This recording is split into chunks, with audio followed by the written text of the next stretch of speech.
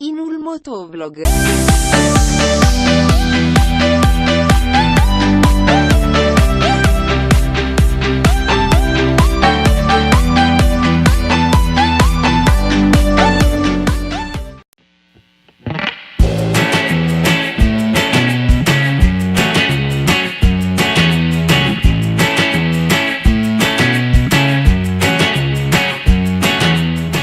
Selamat pagi buat teman-teman semua. Ini kembali lagi di Motovlog.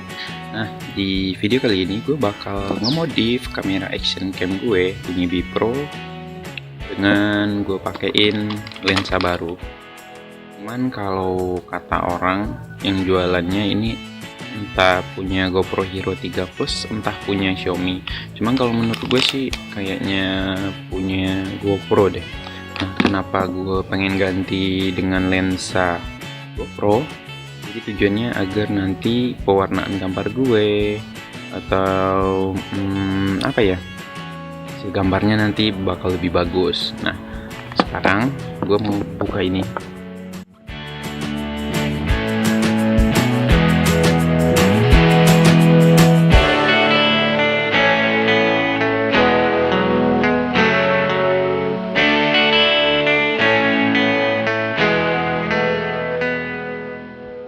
Setiap kalian mau bongkar lensa, kalian harus jaga terus dari debu, takutnya debu masuk ke bagian sensornya.